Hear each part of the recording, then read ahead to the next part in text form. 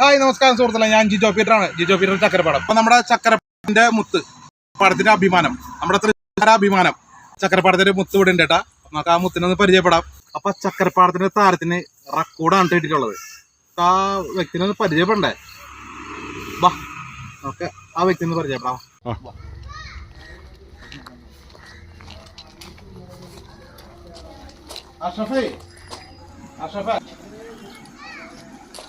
ഞങ്ങള് മുഹമ്മദ് അഷ്ഫാഹിനെ കാണാൻ വന്നതാണ്. ഇതൊക്കെ അഷ്ഫാഹിന് കിട്ടിയ ട്രോഫിലാണ് കേട്ടോ.